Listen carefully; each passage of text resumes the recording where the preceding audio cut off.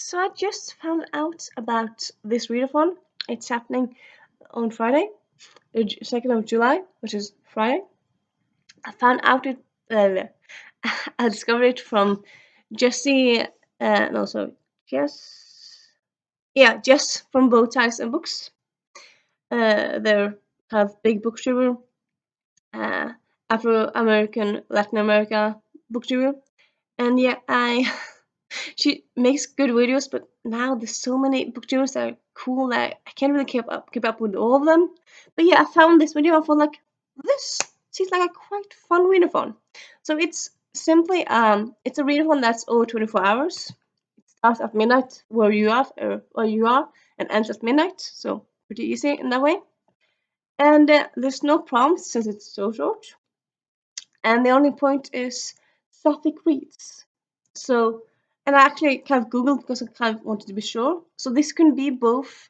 This entails both lesbian reads, but also bisexuals, where the two people in a relationship are females. Like it doesn't have to be just lesbians. So it's just kind of like female love stories or female centered stories. Doesn't even really have to be love stories, but yeah, books around females and females together. So yeah, also yes, I said I've kind of had plans to read so many books in June and didn't really happen.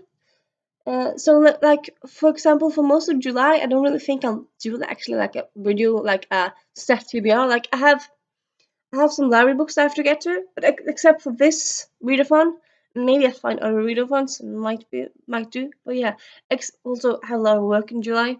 But like yeah, except for that, I don't really think I'm gonna do a TBR. That being said, the TBR for like the books I kind of see myself might read on Friday, this readathon. When I heard about it, I was like, okay, what books do I have that fit? And quite a lot. Also, at this point in time, I'm not sure. I think I might be working Friday, but I'm not sure if I am. So either I have the day off or I don't. But so it's like if I have a day off, if I don't have a day off, I'll still like I won't be working that many hours, so I still have time. So yeah, here's my over ambitious. Though, like I suppose I'm thinking I might like end up just reading a chapter here and there, or maybe I just end up just reading a few of these books. But these are my options. First, we have Love is for Losers by Vibeke Bruggemann. This is a German author that now lives in London.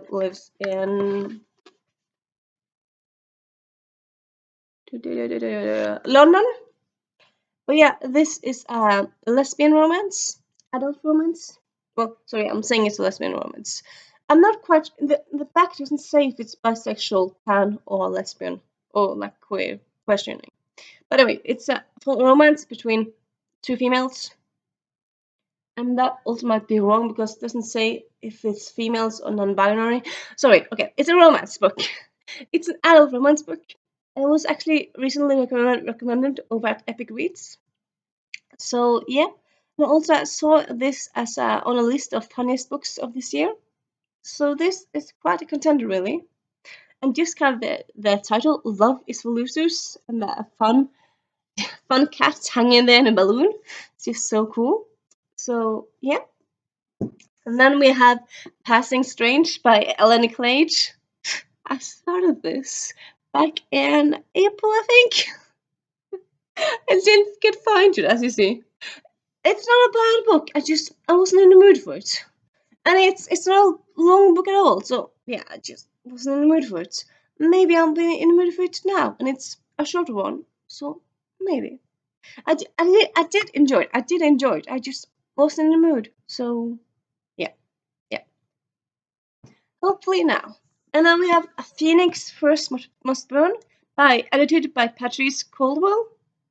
So this is a Black Girl Magic anthology. Lots of short stories, both Afrofuturism and Afro-historical and all those aspects. Or some of these stories are queer-based, some aren't.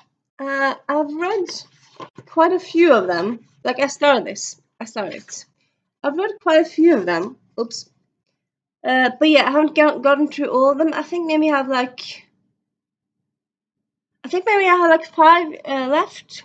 But like it's an anthology, so like at least for me, when I read anthologies, if there's one story that don't really interest me, I'll skip it. But like this, like for most, I'll start the most of the books, the old stories. This one, I think there's quite like 5 or 6 left that I haven't read that have seemed interesting. I want to want to give a chance. So yeah. And then we have The Mermaid, the Witch and the Sea by Maggie Tokura Hall. This is a fantasy with pirates, mermaids, and witches and the sea. It's about princesses who are gay and non-binary people. And yeah, she's a beautiful also cover. This was one of my most anticipated reads of last year. Didn't buy it before this year and have procrastinated as a lot with it, as I've done with a lot of books this year.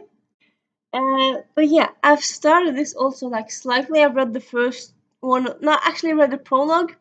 I enjoyed it, but again, I haven't really been in a reading mood and haven't really been in a fantasy mood lately. And yeah, I haven't gone far on this one. I just read the prologue, but I do want to read it. So maybe the mood strikes me to read this one.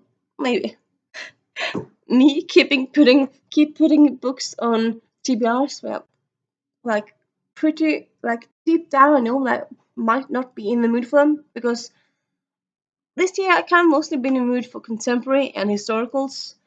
Some exceptions with fantasy, but that's kind of exceptions. And yeah, still put fantasy on my TBRs. I don't know. But like sometimes moods get exceptions. So yeah. And then we have The Future of Another Timeline by Annabelle Newitz. Annabelle Newitz is a non-binary person. And this is a time travel story where the people they go back to 1990s. They're based in 2010s, 2020s, I think, around that, like more or less our present time. And then they go back to 1990s to kind of like create a better timeline. And I kind of feel like I heard lots of things about this, but Jesse from Both Sides and Books said they felt like this book was slept on. So if this is solely me seeing it um, in a lot of lists because it's time travel based, and I always check out time travel books and lists like that, or if I'm just crazy, or maybe I'm just watching other stuff that they aren't. But yeah, and also Jessie from Both Sides Books read this and talked about like she made a video of recommendations for this readathon and mentioned this book, and I actually recently bought it. It's sticking here, haven't put it off yet. And yeah, so this quite intrigues me. And it being time travel, it's not that unlikely I actually pick it up. So yeah. And then we have some more books behind. Give me a moment. Here. So just quite yeah. No, it's actually just three more books actually. Then we have Written in the Stars by Alexandria Benfleur. This is an adult romance between two females. I'm not quite sure if they're both lesbians of the bisexuals, but the love stories between those two. And yeah, it came out last year. I heard good praise about it. I intended to read it last December. Didn't happen, but yeah. I'm thinking like if I want to pick up a fun contemporary, this might be it really. Also, beautiful cover, isn't it? The stars and skies, and the night line, and I like it. And then we have Space Opera by Catherine M. Valenti. This has been on my TBR for 2 or 3 years now. But yeah, I'm not quite sure if it's bisexuals or lesbians, but quite sure. I remember there being some sort of queer aspects to it anyway. And it's kind of based in space and stuff like that. I've heard a lot of people say they love this, but a lot of people say they were kind of didn't love it so much. So yeah, I suppose that kind of makes me a bit hesitant, but like then again, none of the books in the world are loved by everyone. None. So like whenever I see a book and then first hear lots of praise and then hear lots of bad things, I'm not really sure why I become hesitant because yeah, there's no books that are universally loved or universally hated. That's not a thing. Even like Twilight, a lot of people love or hate it, but a lot of people generally love it. A lot of people generally love. I can't think of an example, but yeah, there's lots of books that are kind of controversial or kind of like you either hate it or love it. But like honestly, I don't really think there's one book. I don't think there's one book in the whole world in the whole of time that everybody hates. I don't believe that's. I don't really think that's ever happened. That's pretty damn impossible, I think. Like even if every reader hates it, the writer would have had to enjoy it because it's their work. So yeah. Then we have I Kissed Alice by Anna Birch. This is her first story. It actually also has illustrations, which sounds cool. It's based around fandom and two females in a love story. It's a YA romance. I think it's kind of a love to hate. A love to hate. It's hate or love to love story. So they start being mad at each other and then grow to like each other. And yeah, I started this also earlier and then kind of wasn't in the mood for it, but it's a romance, so I don't know why wasn't in the mood for it. But yeah, so this might do. And yeah, so that's my little possibilities for the TBR. I also have a few audiobooks I might pick up. I have like Off Stars and I can remember the whole thing. But there's this high fantasy that came out a few years ago that's lesbian based.